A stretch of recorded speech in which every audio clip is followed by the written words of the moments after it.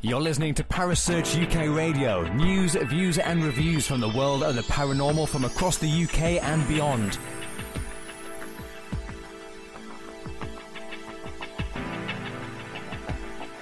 Find us on Facebook, Twitter and the World Wide Web. Parasearch UK Radio.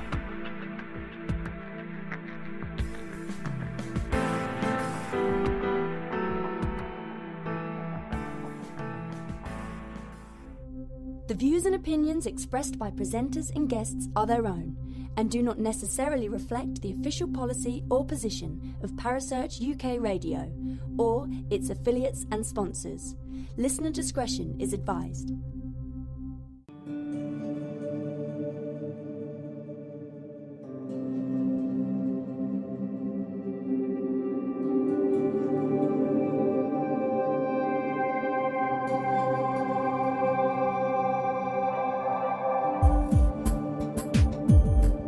You're listening to The Spirit Dimension with your host, Kerry Greenaway, right here on Parasearch Radio.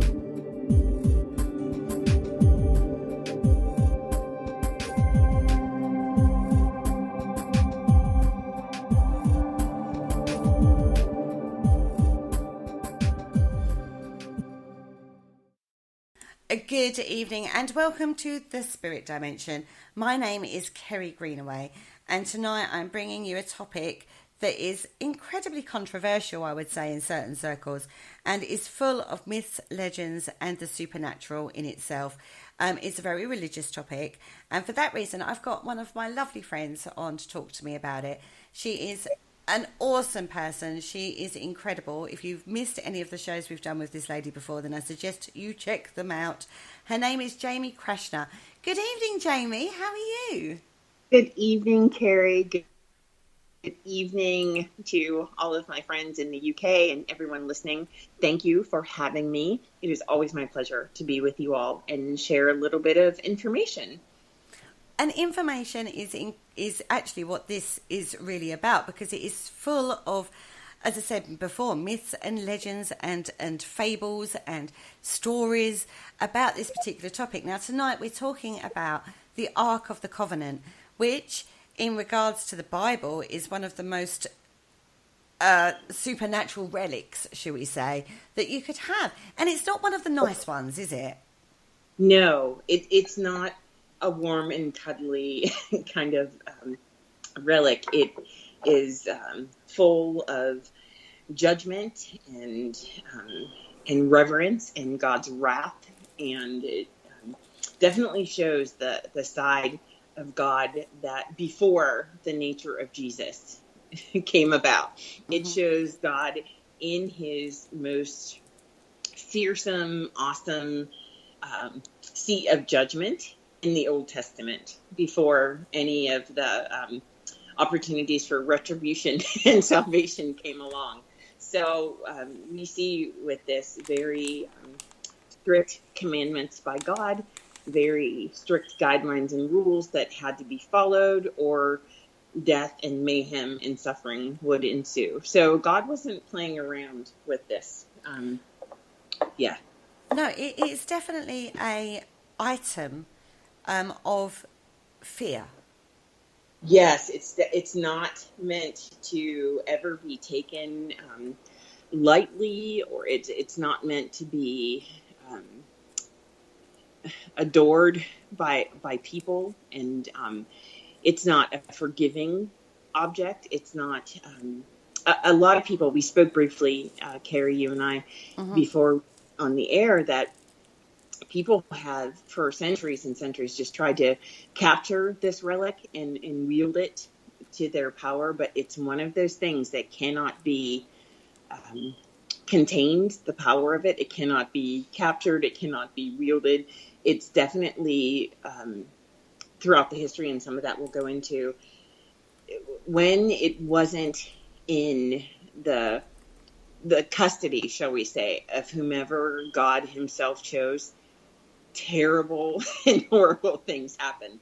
So it's one of those things, like, people vainly think, oh, I can take this and I can use it for my benefit. But no, it's one of those things, like, even gazing upon it, touching it, death, death to you, death to your family, death to generations. So it's just not one of those loving things that you just want a piece of to take home. No, it's kind of a weapon. It is. It's the ultimate weapon. It's the ultimate weapon. And it tells us a lot about it. When you're ready to know more about what it looks, I have that just tattooed in my brain. Okay. And it's right. So hold on. Let's go right back, because this first in the Bible, we're going to look at the Bible and what the Bible says about it.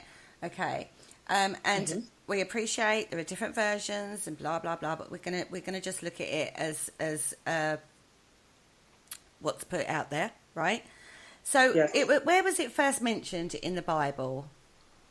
Well, it's first described in the book of Exodus, and that is, a major book of the Bible, because it talks about the captivity and the struggle of God's people, of God's chosen people, which would be Hebrews, Jewish people.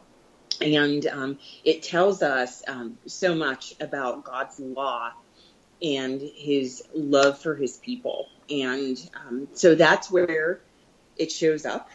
And it tells us what is inside the ark, and it's an actual thing. It's not something that is made up. It's something that was actually built, and I have information about that too. But the instruction of it was given straight to Moses by God Almighty, as it's described in the Bible. And are we ready to hear about a little bit about actually what it is? Yeah, go for it. What is it? Okay. So it is an actual container that God wanted his word carried in. And so it's also called the Ark of the Testimony, because it tells the story. It is a manifestation, a physical manifestation of God's own word, of his own word passed down to one of his most beloved servants, and that was Moses. And it's a wooden chest. And the wood is acacia wood, mm-hmm.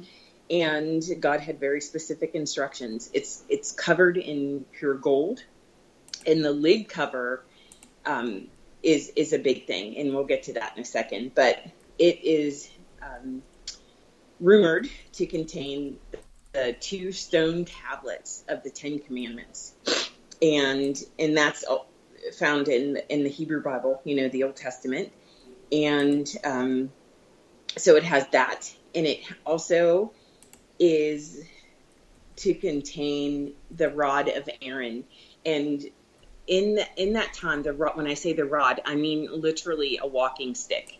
And you would think, oh, what is that? How is that significant? But God used these men, Moses and Aaron. They were brothers, and they often, when you trek through the desert, you had a walking stick or a staff. And theirs were especially powerful. It was said that God imparted supernatural power through their walking stick. And you can find those stories all through the Bible. But this one particularly carries the staff of Aaron, who is the brother of Moses, who also was very powerful in his own right. And so it has that, and it has a pot of manna. And if you don't know what manna is, it is the food that God provided the Israelites from heaven. And it was something that they couldn't, the thing about manna, which is so miraculous, like it was kind of like a bread. That's how we would describe manna today. And they couldn't collect it and save it once it fell from heaven. They had to eat their fill. And then the rest, they were instructed not to save and not to hold, not to put away, don't put it in pouches.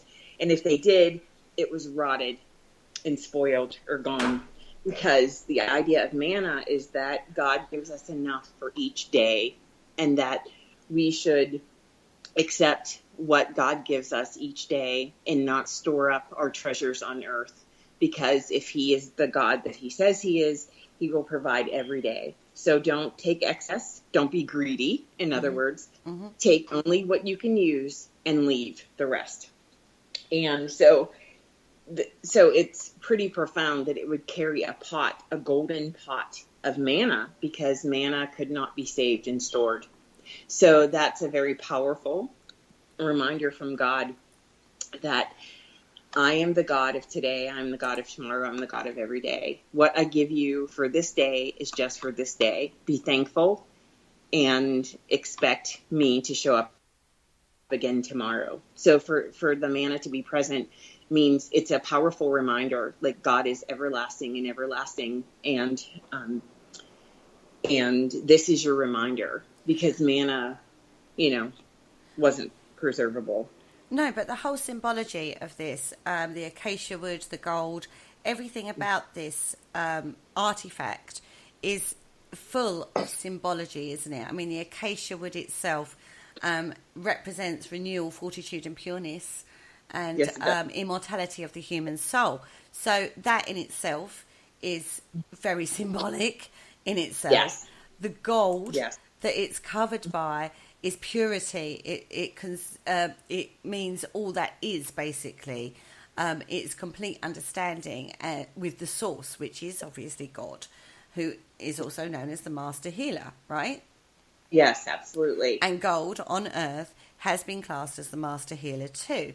It is, as I say, when you start looking at what it's supposed to have been made of and how it's constructed and what's within it as well, like you said, the manna, and the Aaron's rod. I mean, I'd never heard of Aaron, to be fair. I'm not a religious person, so right. I don't know this story. So when I was sort of like, I got, and I'm not going to lie on this one, I got a bit baffled with this, because I thought, the Ark of the Covenant's easy. No, it's not. It's absolutely so involved. It's untrue. Yes. And when you look at these various stories and the meanings behind the symbology that's included in this particular artifact, it's incredible, right? Yes, absolutely. And there was so much reverence and religion and rigid rules about even how it was transported. Like it's big, it's like 2,000 cubits or like 800 meters, or for those of us in the U.S., it's about 2,600 feet. And it was carried almost always by slaves, Levites in particular, and that was a tribe of Israel, and it was always carried by men, by like fighting men, and it was always hidden. It was never meant to be adored out in the open. They carried it under like a large veil made of animal skins and a bright regal blue cloth. And it was always concealed. And even the priests and the Levites, the people that carried it, were not permitted to look upon it. It was concealed from the eyes of everyone. And God was said to have said to Moses, from between the two cherubim, and cherubim, okay, so it's on the ark's, on the cover of it, or the two cherubim, and then it was set up especially to rest and not even sit on the ground. And they had, it was always veiled, and it always was carried by bars that intersected each other to hold it up off of the ground. And that's how, and imagine something that heavy and that large carried by all these people, something that they couldn't even look upon. And God gave Moses the instruction on how to build this when they had exited Egypt, and he gave it to him in the holy place when it was just God and Moses alone, and it was to store the tablets, like I said.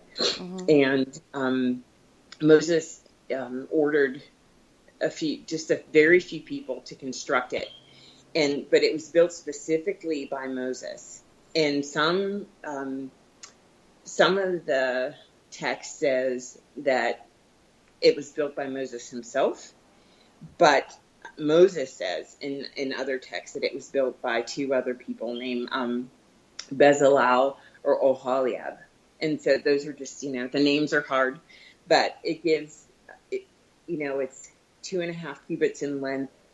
It's, it has a 1.5 inch breadth and a 1.5 inch height. And it was to be covered entirely in gold. And then a crown or a molding of gold was to be put around it. It has 4 rings of gold that were attached to the 4 corners, 2 on each side. And through those rings, the slaves could put the bars to carry them. And even the wood was overlaid with gold very carefully and very ornately. And so they put these wooden rods that were covered in gold, and they were to be inserted and never to be removed. And the golden lid of it is called the caperet, or the mercy seat. Caperet is Kapport, and it is also called the mercy seat in Christian translation. And that's covered with 2 golden angels, 2 cherubim, and it's put above the actual ark. And I don't know how thick the seat is, but yeah, and it was definitely always instructed to be placed under covering. And then they carried it during their 40 years of wandering. Can you imagine having the task of carrying that for 40 years of wandering in the desert? But even when they camped at night, the ark was placed in its own separate tent, like it's separate, in it, like a tabernacle, which is considered a sacred place. And it was never supposed to be, no people touching it, no people sleeping. Now it had guards and things, but it had its own tent. Out of all the people, that's quite astonishing, really, isn't it? When you think about it, that's a huge deal. Yeah.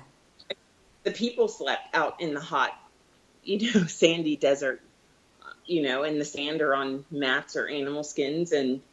But this object had its own special tabernacle. And, it was pretty, it had some really supernatural powers. There's stories when they would get, it was always carried in the lead before the people, and that signaled that the people were coming. And even when they would cross the river, as soon as the priest and the people carrying the ark touched the river, touched the very shore of the water, the rivers were rumored to dry up. So the priest could proceed with the ark without being wet. Wow. So can you just imagine, That's a pretty powerful object, right? And even it was so holy that even after the ark would cross a body of water or a river, the priests were instructed to set up as a memorial 12 stones were taken from the river, especially the River Jordan, where the priests had stood. And those memorials, you'll find them still all over Israel. You will find these 12 stone memorials, and that says a lot, because how many disciples were there? 12. That's a big number in Christianity. So these 12 stones were taken in place where the priest that held it and stood. That's how important it was. And to go on, and I'll let you jump in because maybe you want to go a certain direction. But yeah, even this object was so powerful and so important and so blessed and ordained by God that everybody has heard about the Battle of Jericho in the Bible, where Joshua, was this fierce warrior, and they marched, around this whole city for 7 days. And armed men and 7 priests carrying 7 trumpets and 7 ram's horns. And on the 7th day, the priests were instructed to sound their horns, the trumpets and the ram's horns, before they were to take on Jericho. And they took the ark around the city once a day for 7 days. And that city completely came to ruin when they blew the horns. And that was per God's instruction. And the ark played a critical part in that too. That's true. At this point, I just want to say good evening, everybody in the chat room. Gemma, Dave, Richard, Ness, James, and Debbie. Don't worry. Questions that you're asking, hopefully we'll get to cover. One thing I would like to say, Richard has said, could the Ark of the Covenant be a continuation of an older Egyptian tradition of storing and transporting sacred texts? There are several depictions on Egyptian monuments that predate the Exodus, I would imagine, rather than the Exorcist, the Exodus account of the Ark. Moses, being an Egyptian priest, would surely have known about this earlier practice. What do you think on that? Oh, absolutely. Absolutely. I don't take up a lot of dispute with the history of Egypt and their religion, and many people, even in Christianity, whether they want to believe it or not, they hold very tightly to the Egyptian traditions, because so many, even with all of the Israelites that were held captive as slaves, they had to practice the Jewish religion. I mean, they did, in private, they could, worship Yahweh as they wanted to, but not in public. They had to observe the Egyptian law, and they all knew about it.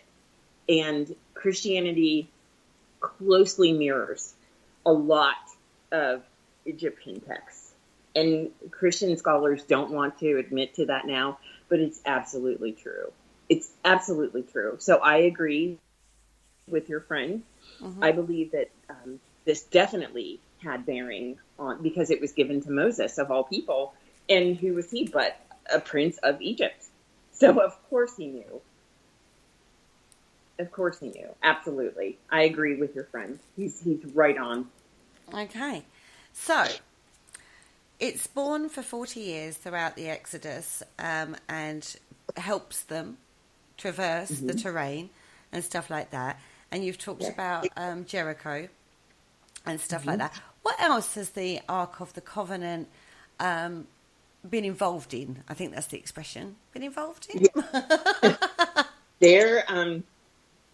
There's a lot. I mean, there's a lot of minutia too that I think people will think, oh, that's really archaic, and I don't get the reference. So my purpose, I don't want to, confuse people with things that they don't know unless they've studied Christian texts. But there's another huge battle. It's called the Battle of Gibeah, and that was a big thing. They consulted the people of Israel, and the ark was involved in that battle. It's been kept by very particular people that were chosen definitely by God. And there are times when law has been defied, like when the Philistines tried to capture the ark. I'm sorry, and use it as a weapon. It's almost funny because, who would even want to touch it? But I can kind of understand it. It's like one of those. It's one of those situations, isn't it, where you've got this. Do you believe it or not? And if it is what it says it is, you kind of want that proved. Is it? We've talked about, and I know it's not quite the same, but it kind of is. Recently in the paranormal world, it's been, should we open the Dybbuk box or not? Right? It's been a thing. If you open it, all hell could break loose, and you could have death and destruction for yourself and whatnot, and bad things will happen because it's protected by the jinn and whatnot. But this is kind of the same thing. It's human curiosity, isn't it? It's human. Yeah. We, find out what it is.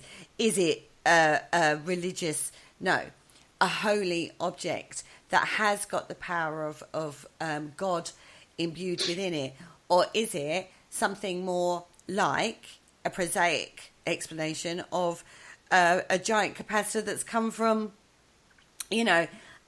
other worlds? You know what I mean? Because that's a theory that's out there. It is one of those. And I think human nature would be of the sort that we wouldn't be able to help ourselves if we actually had a chance to get our hands on it. So I kind of get why people would want to.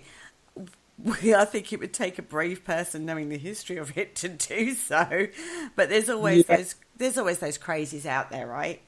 Yes, and even though the ark was captured by the Philistines at one time, and it was in the custody of people that shouldn't have had it, everyone returned it because just the chaos and the death that in the plagues, it had its own plagues, from everything from boils and death and heart attacks and mice even. And mice, you might think, oh, mice, big deal. But, with rats and mice, we know what comes with that plague and death and everything. But every time that someone took it when they were not supposed to, just pure chaos ensued. And it does have that kind of feel. Like, is this a large version of the Dybbuk, or even how people have regarded the pyramids, their tombs, and people violated them and, opened them and look at all the, all the things that have been reported to happen, and even how Hollywood in America has capitalized on that. Oh yeah, these people, they did all this stuff with tombs. They did this with the Ark, with the Holy Grail, with the Shroud of Turin, and just really tragic things have befallen. So I'm one of those people who would not be so thrilled. Like, would I love to see it from a distance? Would I walk up to it and say, let me just open this up and see what's in here? No, I would not. I'm with you. Because I would err on the side of caution. History teaches you lessons, and it's stupid if you don't pay attention to those, right? History tells us everyone that has gazed upon the ark and even gave wrong sacrifices and offerings. I mean, they were just wiped out by the Lord. Even there's a story, this group of people, the Beth Shemites, they offered these sacrifices and burnt offerings, and then some of the men got curious and they looked at the ark. They just looked at it, and 70 of them, 50,070, their translations of them, they were all instantly wiped out by God. And so when, and that's why it's always covered in animal skin. That's a party, isn't it? I'm just imagining 70 men, or not necessarily 70, but a lot of men getting together going, oh, we've got it. Why don't we just have a look at it? Yeah, but we're not supposed to because, if you know the stories and all that. Yeah, but, it can't, just looking at it can't do any harm. Really? Yeah. Do you know what I mean? And I know, sorry, I know these. No, go. I know the Bible has been well documented, has been written by men and been edited and transcribed and translated, but the essences are there, aren't they? The essences of these stories are still there. And regardless of how you view religion, if you look at it even as a story and you're faced with an artifact from a story, you would surely have second thoughts, particularly when 70 men decide to brave it up and look at it and then they get wiped out. Even a man, there's a story, even a man that was, his name was Uzzah, Uzzah, and he was one of the, the carriers of the ark, tried to steady it and just reached out his hand to steady it and was struck dead. And there are just pages and pages of stories. God said, don't touch it. Well, I'm just going to catch it from falling. Boom, you're dead. Don't look at it. I'm just going to take a peek. Oh, you're dead. 70 of you are dead too. Don't do anything to it. And it just has so much history. It's not anything that anyone really got any mercy about. I think probably David, King David, was able to dance before the ark and rejoice. And even he, befell like a horrible end, but it wasn't particularly because of the ark, but he danced before the Lord in rejoicing. Oh, well, the ark is here. And so, yeah, it's not something that lends itself to mercy. It's not one of the... It's not, is it? But is there any link between Jesus, the Son, alleged Son of God, and Right. the Ark? Do they ever cross paths at all? No, not in any context that I've read. I cannot ever say, for certain or for sure. But hold on, I have a thing here that might give us some of that. But it was so far beyond, Jesus. And but hang on once. I apologize for the brief. No, that's fine. I did throw a curveball in there to you.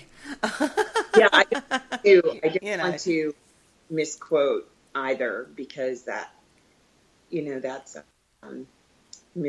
representing people.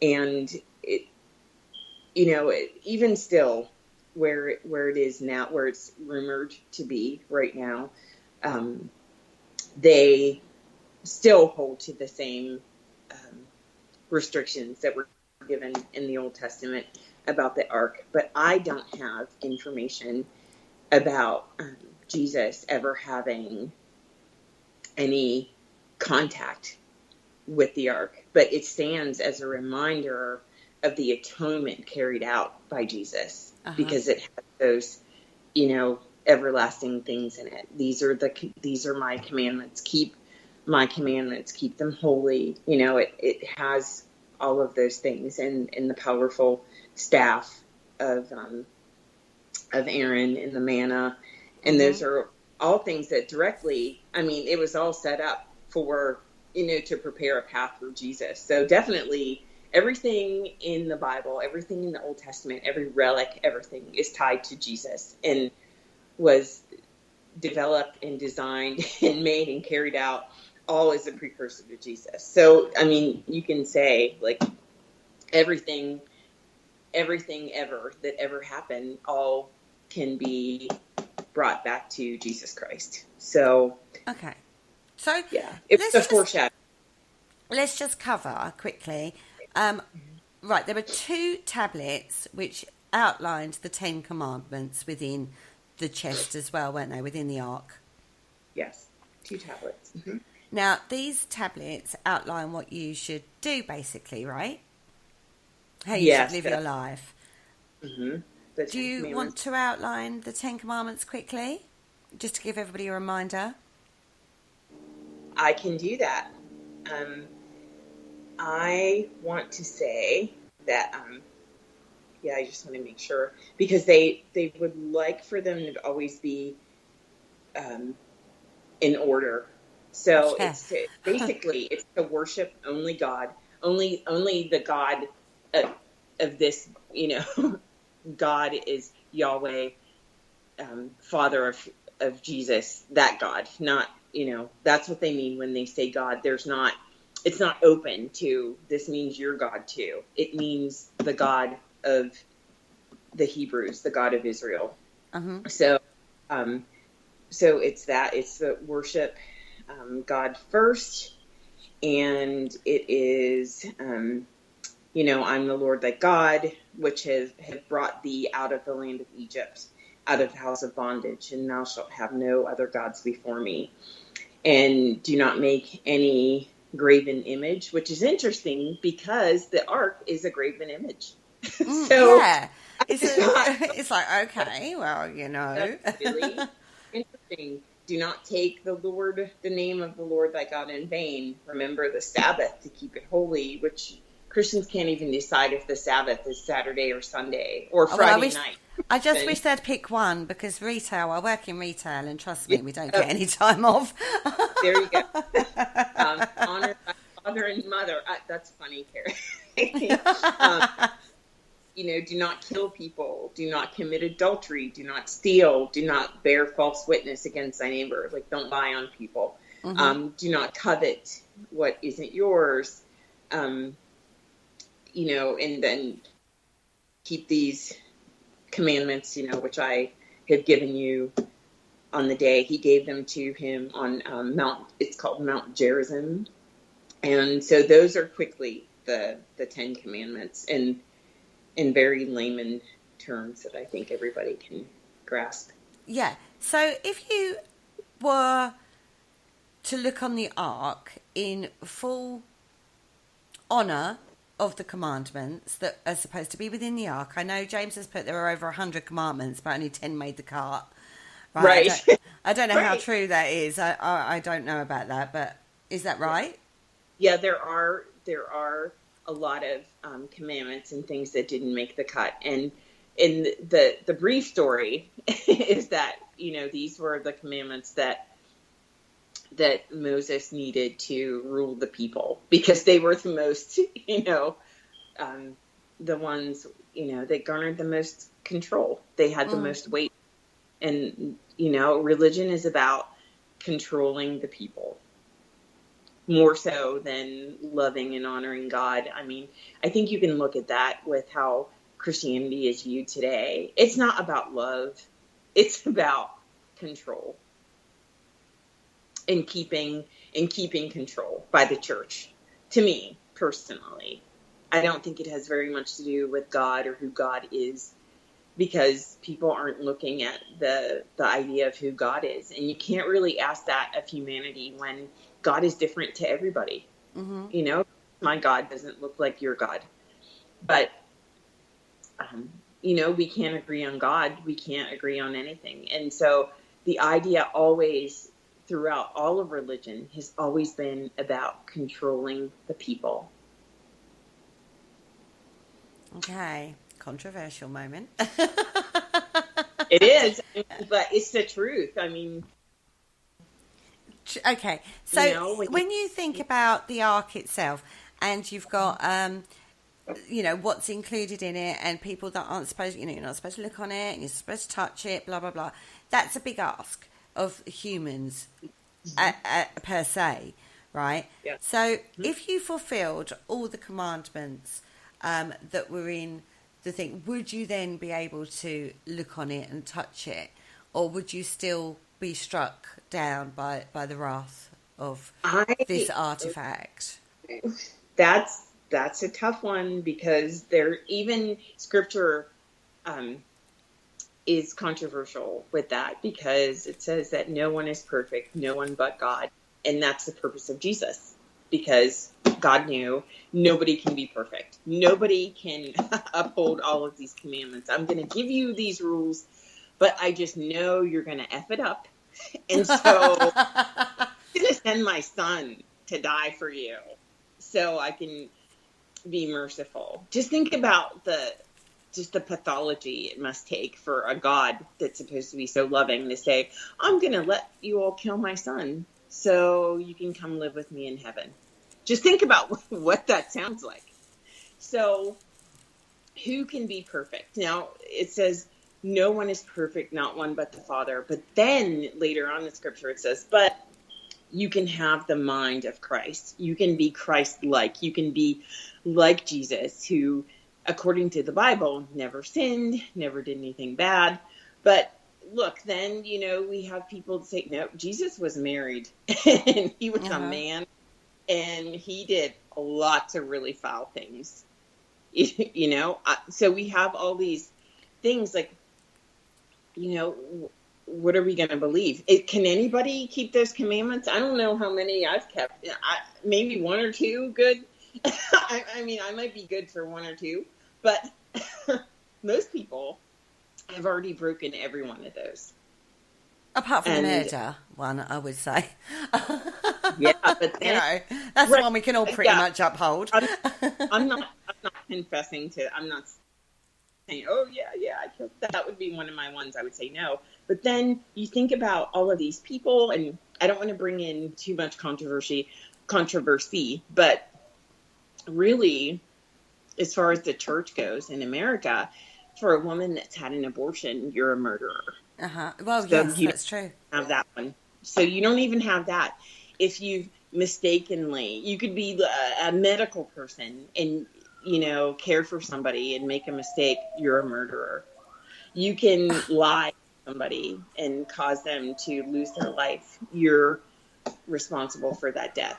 You're a murderer. So really. How ironic, just as you're saying about the medical profession, you've got an ambulance going past you. Yes, sorry about that. No, not your fault, but I just thought that was very ironic, just as you said that. You had that go on. Coincidence? Yeah, most probably, right? Maybe not. I think it's a good reminder for me because of me being like a military person too. Just think about those people that are commanded. This is your job. If people die, then they do. But that's your job. You're honoring your country. By that, you're honoring God. They tell you that.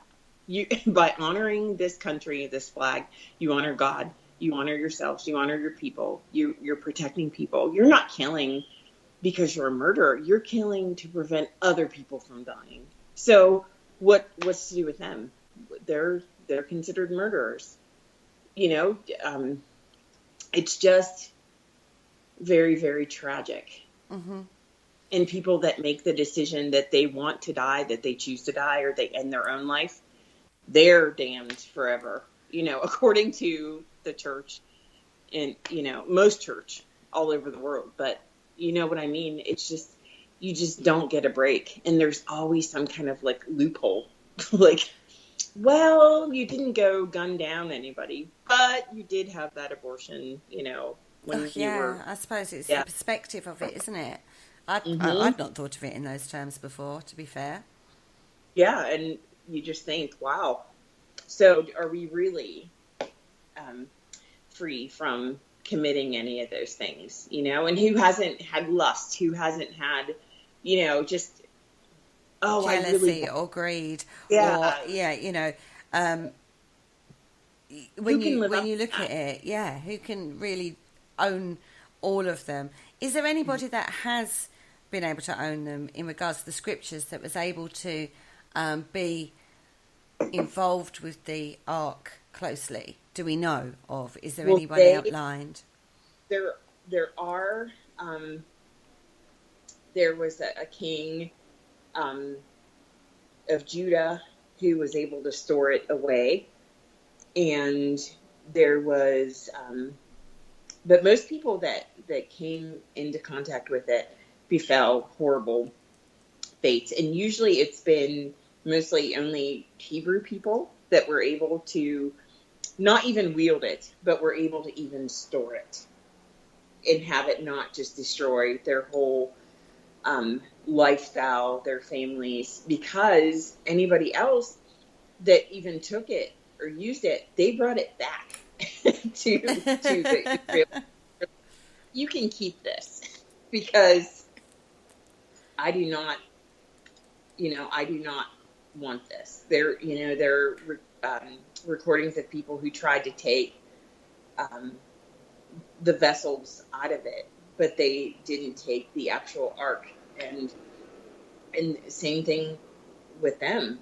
They know only from what I have. Even when Solomon's temple was destroyed, there's no record of what happened to the ark, but it always has prevailed under any threat of attack or destruction. We do know that. And we know that whomever was rescuing it, but carrying it according to the law that God set up, they were able to just transport it. But no one has been able to just keep it and wield it. King David came the closest like worshiping before it and dancing and offerings to God because of it. But God favored David above most men. And so that's a really tough one. Only to protect it from being destroyed were people allowed to even transport it. But anyone else who really wielded it were Jews. And even now, where it's in Ethiopia by the Christian church, there are a lot of Ethiopians that are Jews. So I am betting, I'm going to look it up real quick, but I am betting that they're like the Jewish people of Ethiopia. Okay. That's what I was going to ask next, actually, because although it's well documented within Scripture, this is an enduring tale, isn't it, of people that have owned it and then given it back, and then, it's an enduring story, and it's one of those artifacts that people believe still exists to this day. And yes. You stated that you believe it's in Ethiopia. Mm-hmm. What leads you to that belief? Because if no one's seen it in the flesh, because they all get smoked down in a ball of flames or whatever it is, how do we know? Could it just be another myth, another urban legend? I personally don't believe so. I believe it exists. I do believe it's in Ethiopia. According to all records, and I researched this before the show because I just wanted to be sure, because some people think there were replicas that were designed to fool people, but historians believe that it's in a town called Aksum, Aksum, Aksum, and they believe it's in the St. Mary of Zion Cathedral in Ethiopia. So that's the deal with that. And so I believe that it could be there. I believe that because there's been no record of it going anywhere since then. Nobody, it's heavily guarded, of course. That's what's in all the stories and all the history channels, and even the only people that even really could carry and transport it were the Levitical priests. And I believe it's in Ethiopia. I believe it's where they say it is, and not it's not viewed or anything like that. They claim this church. It's in northern Ethiopia, I believe. Yeah. So, let's see. Yeah, that's in North Ethiopia. They claim to have it, and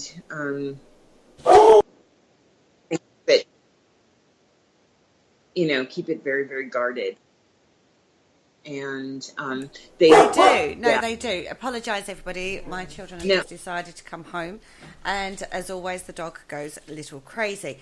Now, this church in itself has got a single guardian that looks after it. The ark itself is supposed to be behind closed doors, isn't it? No one can go and visit it. Nobody can see it, not even in its covered state. It is all good. One person controls it. Modern people have gone and tried to talk about it, and they won't even discuss it. And it is very, very sacred still, isn't it? You can go to the church, you can worship and that, but you get so far, and it's behind closed doors with this priest that you can see him. There's photos out there of this priest at the doorway, but beyond that, nobody goes. So whether or not it's there or not is still up for discussion, really, isn't it? Because no one can witness it. Yeah. They're willing to die for it. Like, if you tried to breach them, you would die. Yeah. They would absolutely kill you for it. So that's a good bet. It kind of says a lot, really, doesn't it? Yeah, especially when, we go back to those commandments. Don't kill anybody, And they're prepared to do that.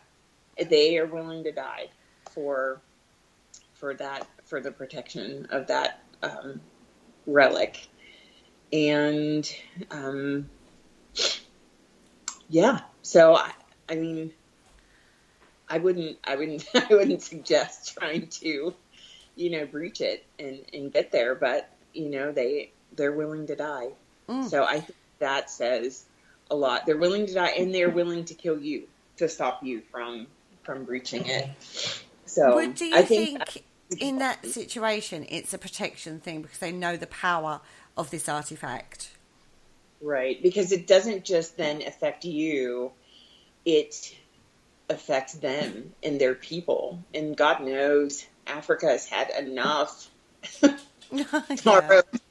Do they really need any more plagues? Do they need anything else that ark would unleash if they breached it? So I think they're not willing to even take the chance. Don't take the risk.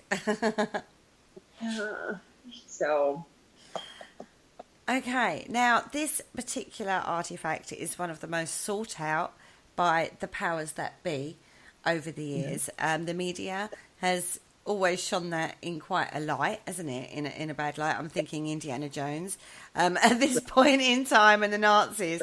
It would have been something, I would imagine, that they would have tried to source and find, wouldn't you?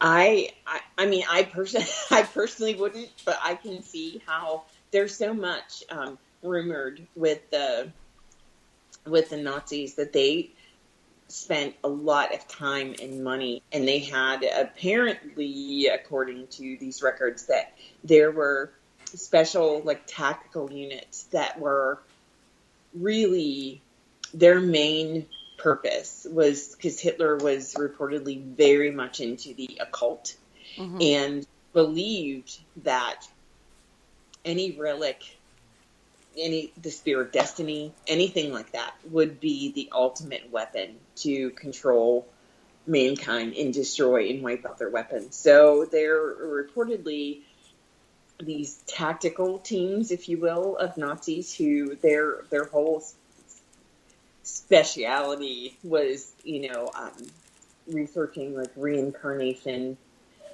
immortality, things that would, give rebirth to Hitler if his mortal soul died.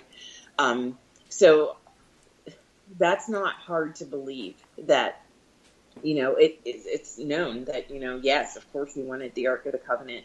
He wanted anything that had to do that was connected to Jesus Christ. So while not honoring the laws and the purpose of Christ, his, people seek to weaponize relics in their throughout history. Yes. Well, there's been a lot talked about in regard to Nazism and occultism and stuff like that. And a lot of it seems to be a propaganda situation. Because if they are able to wield some of these ancient tools, holy tools, it would have shown themselves as a righteous race, doing what they did was the right thing.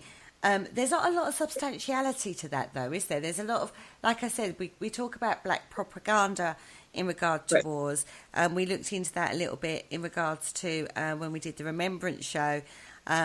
So, and it's played on both sides. It's not just Nazis that were doing it. It's the British people did it as well, very much so, when we looked at World War One, to turn a positive light on a horrific situation. I mean, we talked about World War One and how the black propaganda was showing all sorts of weird and wonderful things, like angels coming down on the side of the British and stuff like that wasn't, no witnesses, no eyewitnesses were shown. So a lot of this sort of thing in regard to the Nazis and gathering occult items or holy items, whatever way you want to look at it, there's no substantiality to that, is there? Well, I think if you, and I believe that it could be very, very true, because I think the the stories are very heavy with that. And so I think that there are too many stories for it to be complete propaganda, but it seems ridiculous because with Jesus being a Jew and all, and that being no secret to Hitler, there would have to be a lot of denial and whitewashing of what I mean, of Jesus and religion and everything for that to be true. And they definitely have, and we see that now with the neo-Nazis here in this country. They've redefined Jesus as an Aryan and not as a Jew, and which is kind of ridiculous and crazy. I mean, it's just really, it's like, wow, that's a lot of denial. I know, particularly when in view of things that we can, that are documented in regards to their ethos back in the day. It is quite crazy, isn't it?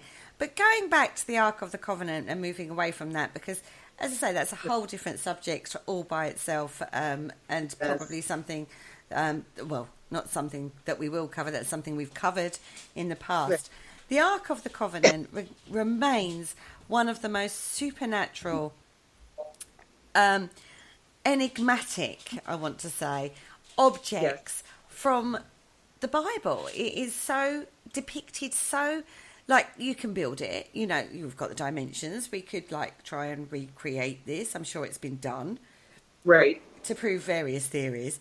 I don't know how those theories turned out. I mean, some people have said that it was a massive capacitor that was because of what it's made of, absorbs the electromagnetic fields, so would create a massive charge. So that's why it was always kept undercover, because the sun itself is going to have that effect. So it's not a supernatural thing, it's a logical, scientific explanation for it. There are lots and lots of theories out there. And when I looked into this is why I got Jamie on, because I was completely baffled by the end of it. And I was like, Jamie, help me out, because I don't know what this is about, really. It kind of links into so many different areas. And as I say, knowing and reading various articles on where it's supposed to be now, you kind of do end up with that wondering, is it there? Is it real? Could it possibly be? And if it is still here on this earth, then thank the Lord that it's not available for use just by anybody, right? Yes, because some people believe that it was destroyed under the reign of King Nebuchadnezzar. And but there's been enough proof to refute that. And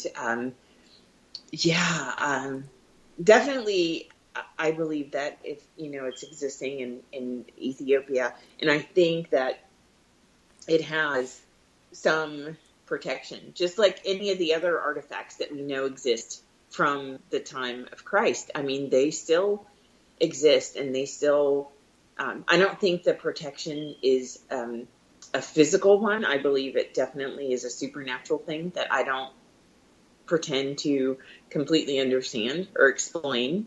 I think we all are. It's a miracle that we all walk and live and breathe and function without, we have science to explain those things, but still there's something more, isn't there?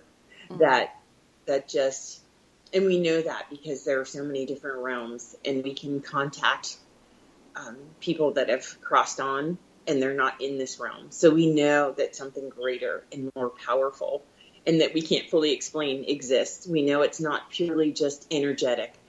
We know that, life goes on, but not as we know it, as we live and breathe. So I am a believer that the Ark exists and that it's protected by things that we cannot pretend to understand.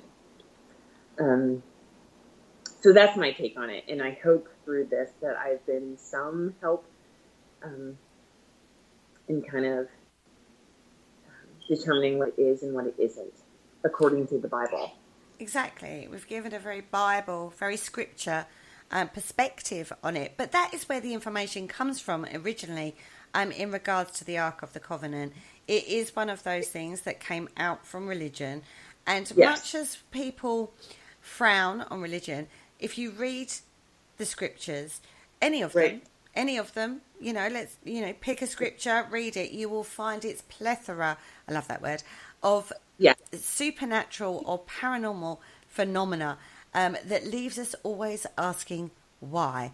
And that is one of the reasons why people are involved in the paranormal. And let's just remind everybody, the paranormal is an umbrella term that covers so many different areas, not just ghosts and spirits. On that note, we've actually come to the end of the show. Thank you so much for joining me, Jamie. It's an absolute pleasure as always. Oh, my pleasure. Thank you all. And thank you all for listening. We hope you enjoyed tonight's show. If you missed tonight's live on Parasearch Radio group page, pop over there. You get to see what's coming up on Parasearch Radio this week and what happened last week, in case you missed it all. If you have missed any of our shows, don't forget, pop over to our YouTube channel and don't forget to click like, share and subscribe. On that note, don't worry, Jamie will be back with us very soon discussing a different topic. And on that note, I'd like to say good night and farewell, and thank you for joining us. Thank you for listening. Don't forget to join us for more shows throughout the week. Find us on Facebook, Twitter and the World Wide Web to keep up to date with all the shows right here on Parasearch Radio.